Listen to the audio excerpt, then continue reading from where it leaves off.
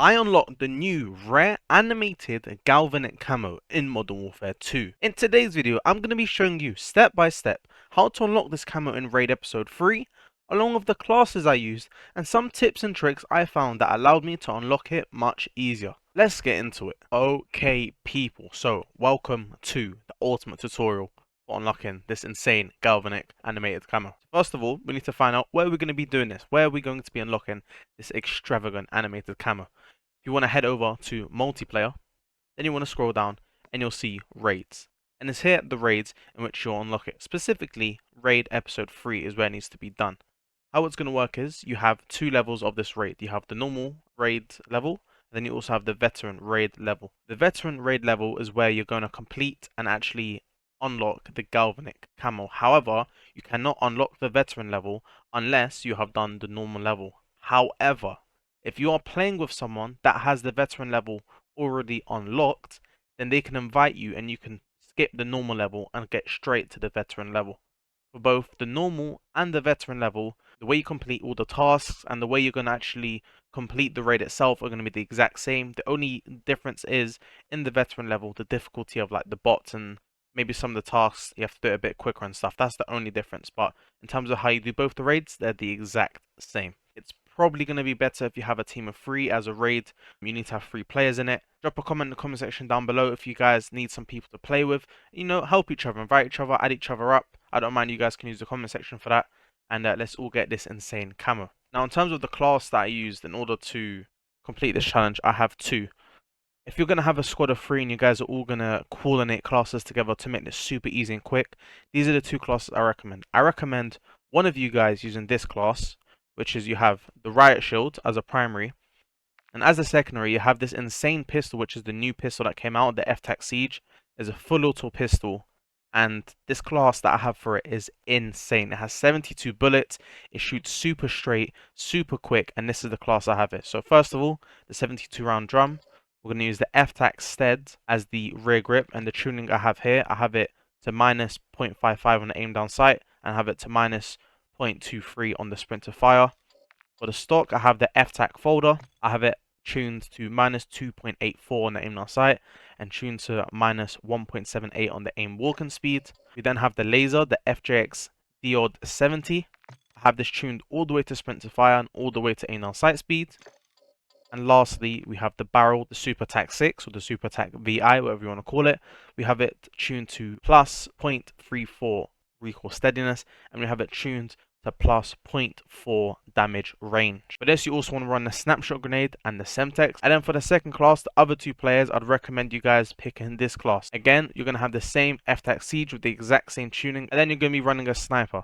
I personally prefer the FJX Imperium. For the class for this, you want to run the explosive ammunition, have it tuned to bullet velocity and all the way to damage range. For the muzzle, you want to use the F-Tac Reaper, have it tuned all the way to bullet velocity and all the way to aim down sight speed. For the barrel, the Fahrenheit 29 inch, tune it all the way to damage range and tune it to 0.26 aim walking speed. For the laser, the VLK Laser 7MW, tune it all the way to sprint to fire, all the way to aim down sight speed. And then most importantly, for the optic, you can choose any optic you want as long as it is a thermal scope. And again, I'm going to explain that in a little bit. To have it tuned all the way to flinch resistance and all the way to far. And as we're going to use a thermal, for the tactical you do run a smoke grenade, and again use a Semtex for the lethal. And if you don't have this FJX Imperium unlocked, you can just use any other sniper as long as it's of a similar class. The most important thing is you want a thermal scope and you want to pretty much build the gun towards damage range, bullet velocity, stuff like that. And if you guys don't want to run a sniper, you're not comfortable, and you maybe want to use something like an assault rifle, I have this TAC 56 class. Again, realistically, the second gun that you use with the F-Tac Siege doesn't matter as long as it's good for long range. It has a thermal scope, it's going to be bringing some good damage at range and has some good recoil control. This is the TAC class that I've got just in case you want to use this. 60 round mag, and the barrel is the F-Tac Ripper 56. I've tuned it to 0.25 to aiming stability and 0.65 towards recoil stabilization. For the muzzle, I've used the Harbinger D20, 1.08 towards recoil smoothness and all the way to bullet velocity. For the barrel, all the way to damage range and to 0.44 to recoil steadiness. And then I've got this tempo clearish optic just because you can actually change it into a red dot if you don't use the thermal scope the whole time. And I've put that all the way to far, all the way to flinch resistance. And again, like I said, with any of these classes, that's not the riot shield one. You want to have a thermal on the main gun, and you also run a smoke grenade and a Semtex. And if you guys actually haven't unlocked this F-Tac Siege yet, my most recent video I dropped how to unlock this gun in pretty much 2 games, along with the other new DLC pistol, the GS Magna, which is a fully auto deal. So if you guys haven't checked that out already, I'll drop a link in the description, and in the top right of the video there'll also be a link there.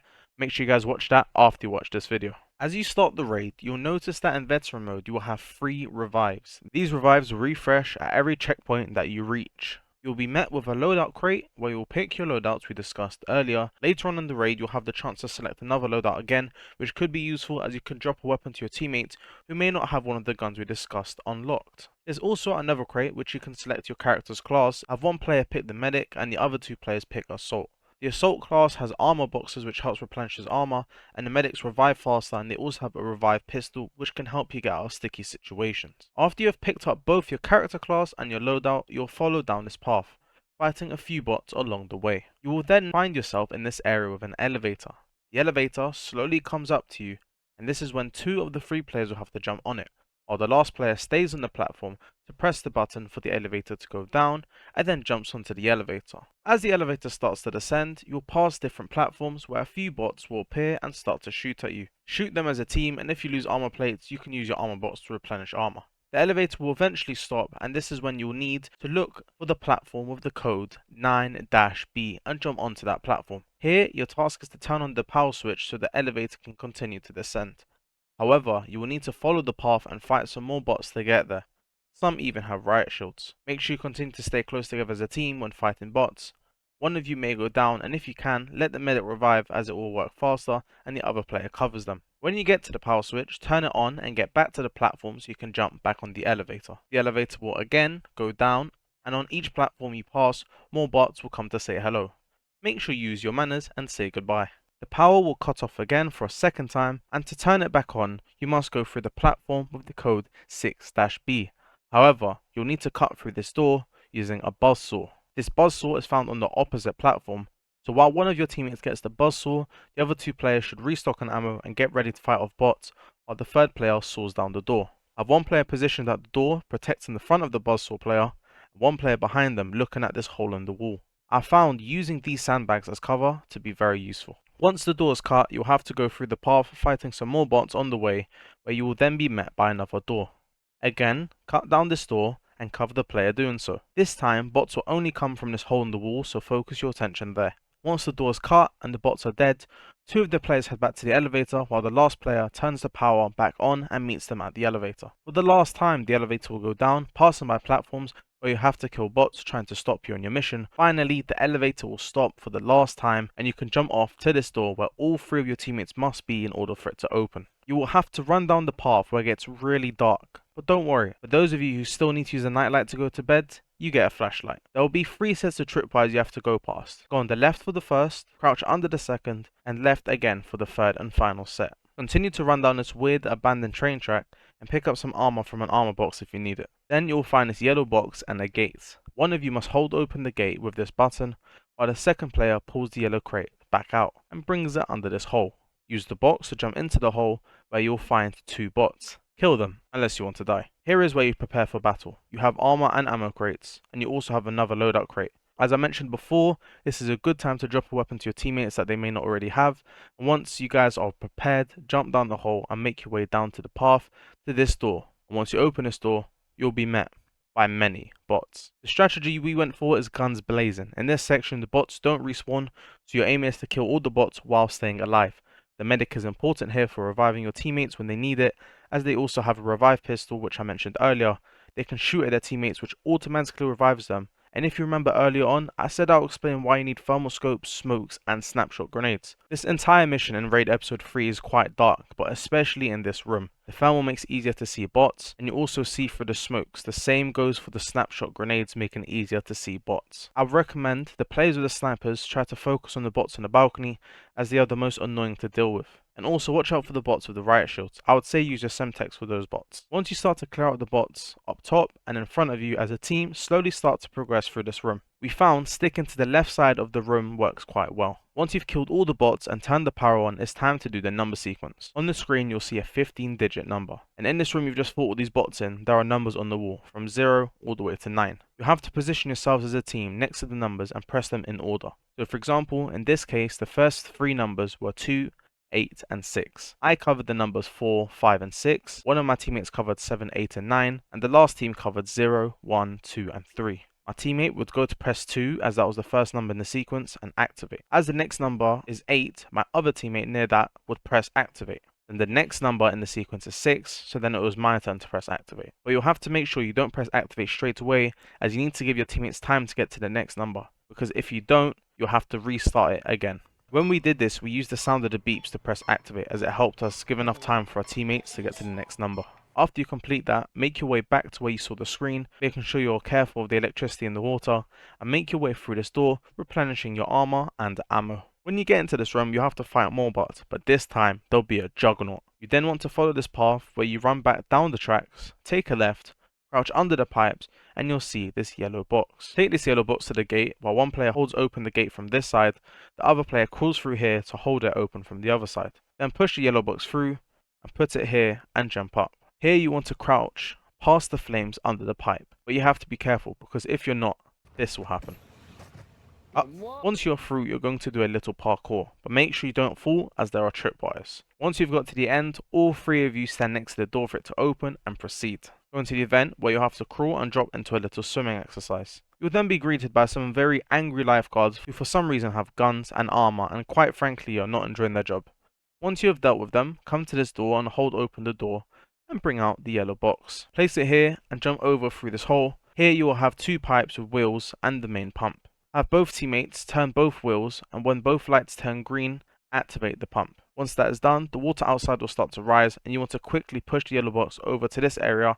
As the water rises, it will be met with the electric wires which will start to electrocute you. Again, for you to move on to the next part of the raid, you must again have one player at main pump over here, while the other 2 turn the wheel. One wheel is where you place the yellow box, and the other is underwater. We found that the wheel at the yellow box takes a lot longer to hit the correct pressure for the light to turn green, so make sure that player starts turning the wheel first. The wheel at the yellow box needs to hit a pressure of 80, and the one underwater needs to hit 30. So whoever's at the main pump needs to instruct the other 2 players on how long to turn the wheel. You then want to jump onto the submarine into the control panel area and activate the crane. Have one person near the main pump area who will move the crane and the other 2 players stand on it. While the crane gets moved to the other side, you will have to fight off bots coming from here who are shooting rockets. Once they are dead, bots will then start to come from above you. Once the crane is all the way along, jump into the room and grab these breach charges. Then jump back onto the crane and plant these breach charges on the bridge. While your teammate is doing this, bots will start to come from behind the main pump area, so help your teammate kill them. Once the breach charges go off, you can then jump onto the bridge and get to the buzzsaw to cut open 3 doors. Bots will spawn, so protect the player who is cutting the doors open. And once you've cut the first door, there'll be another door you must cut. And after that door, there'll be one final door downstairs. Once you've cut through this 3rd and final door and killed all the bots, get to the last checkpoint where you'll have to face 2 juggernauts, and then come to this door. You'll then be greeted with this cutscene. You have completed Raid Episode 3 on Veteran Mode and unlocked the new, rare, animated Galvanic Camo. I hope you guys enjoyed this video and found it useful. If you did, make sure you smash the like button. In the comment section down below, drop any questions you may have, and if you need teammates, find each other down there. And most importantly, subscribe right now. We are 430 subs away from the big 1000 subscribers, and I've been dropping loads of videos on Modern Warfare 2 and Warzone 2, so you don't want to miss any of that. Make sure you're subscribed. I've been your boy Stunner, and I'm out. Peace. Even when you feel low, you can still go. Even when you feel slow, you can still go. Even when there's no hope, you can still go. I never answer to no, man, I still go.